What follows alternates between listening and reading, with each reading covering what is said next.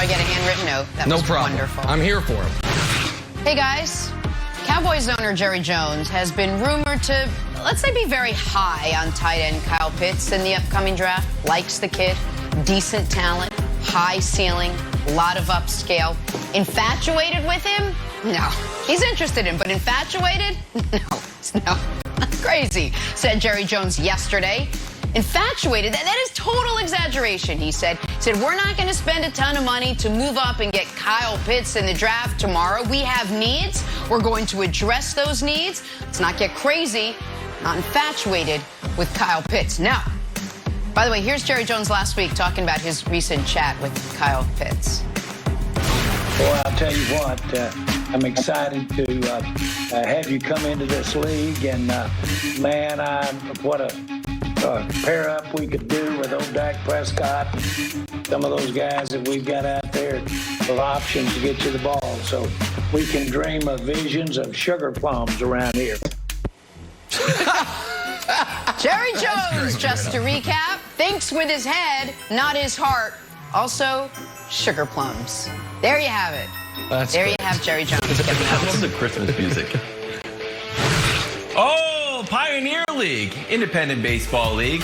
So you know what's not too fun and takes a lot of time and messes up your whole night schedule? Extra innings. We're going to do away with extra innings. Guess what we're going to replace it with? Something that everyone loves, the Home Run Derby. How's it going to work? Glad you asked. Here's what the Pioneer League wrote in the release. In this new format, each team would designate one player to receive 5 pitches in a sudden death home run duel. The release does not specify who would be throwing the pitches via Steve House. Okay, it's the last part that I think is super interesting, and it gives hope to every terrible, terrible pitcher. Because if this comes true, this means there will be one designated roster spot on each team for perhaps the worst pitcher in the world who just every pitch just gives up a home run. So to all those terrible pitchers out there who are struggling in high school, struggling in college, even if you're a wiffle ball pitcher giving up bombs, you have a chance. If you're good enough or bad enough at anything in this world, someone will pay you for it. In this case, that's a great take. That's great.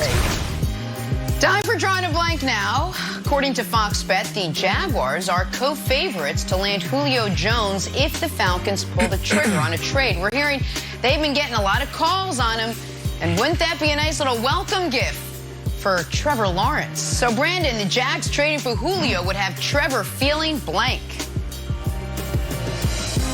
It should have him feeling nervous. Because if you're smart, then you know Julio Jones doesn't want to go to Jacksonville. Why would Julio Jones want to go to Jacksonville? Look, I'm from Orlando. You know, I've been there for a very long time. Got a lot of friends from basketball, and remember that number, it'll matter in a moment. But he laid out his first and second All-NBA teams historically. And he left LeBron out. And I would have let it go because, listen, the youngest person on his first team is Oscar Robertson, and the youngest person on his second team is Michael Jordan. So there's clearly some era bias. But he says he left him out because it is LeBron James who created the player-created super team. So for the audience and for my dear, hopefully one-day friend Julius Erving, a quick history lesson. Dr. J was the greatest player in ABA history, won a bunch of MVPs, won a bunch of titles. Then he comes to the NBA in 1977. He's immediately amazing, gets to the finals, but can't win the title because his teammates aren't good enough. Bill Walton and the Blazers beat him. In 1980, he is back in the finals. He averages 26, 7, and 5. But they can't win because the Lakers are too good. In 1981, he wins league MVP. Gets to a Game 7 against Birds Celtics. They lose by 1 because his teammates are not good enough. In 1982, he is back in the finals. And they lose to the Lakers again. So what happened in 1983? The 12th greatest player teamed up with the 13th greatest player of all time, Moses Malone, to instantly create the greatest team ever. The 83 Sixers damn near swept their way through the playoffs, got back to the Lakers, and beat them in 4. So, Julius, my dear friend, maybe had, LeBron James had a time machine and got to you in 78, you'd have 3 or 4 NBA rings. Because it wasn't your fault you weren't winning titles. You didn't have the help, my man. So just a quick history lesson for Dr. J and for America about the... We'll go through them, each one. First one, cheap. I get it. Get a quarterback on a rookie deal. Jimmy G's owed about $25 million. We'll put the check mark over there. Ready to play. We know from the House of Athlete podcast, great podcast, Cam Newton's like, you know what? Takes a little while to figure this system out. Would not be an issue with Jimmy G. Could come in week 1. Next up, knows the Patriots system. Okay. Guess what? I know the ins and outs of the Patriot way, the Patriot culture. I got myself a Super Bowl ring. I know everything. There's no unknowns with Jimmy G. Number 4, Super Bowl experience. Not only with the Patriots, also with San Francisco. Yeah, he made one bad pass. I guess that's a reason to ship him out of San Francisco. Last one. And Nick, Mangini mentioned this. I don't know if you picked up on this. Wields the sword of emotional revenge. When we had Mangini on last week, he said maybe Belichick makes this move to prove that he was right all along.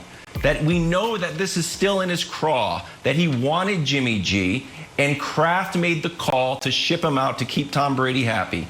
Now, don't get me wrong, we won a Super Bowl after Jimmy G was gone and Brady was happy. But now I think Bill Belichick wants to prove that he was right the entire time. And when Brady comes into Gillette this season, I think more than anything, Bill Belichick would love to see Tom Brady leave the game, losing with Bruce Arians, and Jimmy G winning that game. Yeah, but the problem is, since Bill Belichick was forced to trade Jimmy Garoppolo, Jimmy has suffered 3 times as many injuries as Tom Brady did in his entire 20 years with New England. That you say he had one bad throw in the Super Bowl. I disagree with that. I think it was 3 consecutive possessions that ended because Jimmy Garoppolo couldn't make the right throw. But set that aside. The guy has been hurt every year he's been a full-time starter except for 1. Brandon, it is not an exaggeration to say the most injury-prone quarterback in football is Jimmy Garoppolo.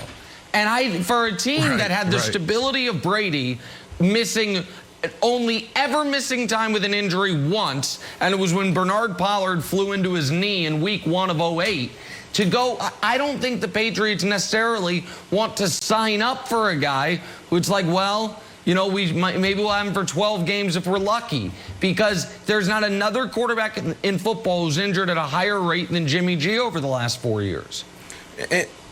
And could you imagine the headlines? It's like, well, they told you. You knew that. What were you thinking? Why would you go back to Jimmy G? I mean, you are better off going into the draft and you have a guy that can give you more time. Well, he's still a rookie. He needs to develop. We threw him in there early, so of course he's going to make these mistakes. The Patriots like Cam Newton. From the outside looking in, his problems are fixable. We're talking about mechanics, playing against the Miami Dolphins. He's not setting the protection right.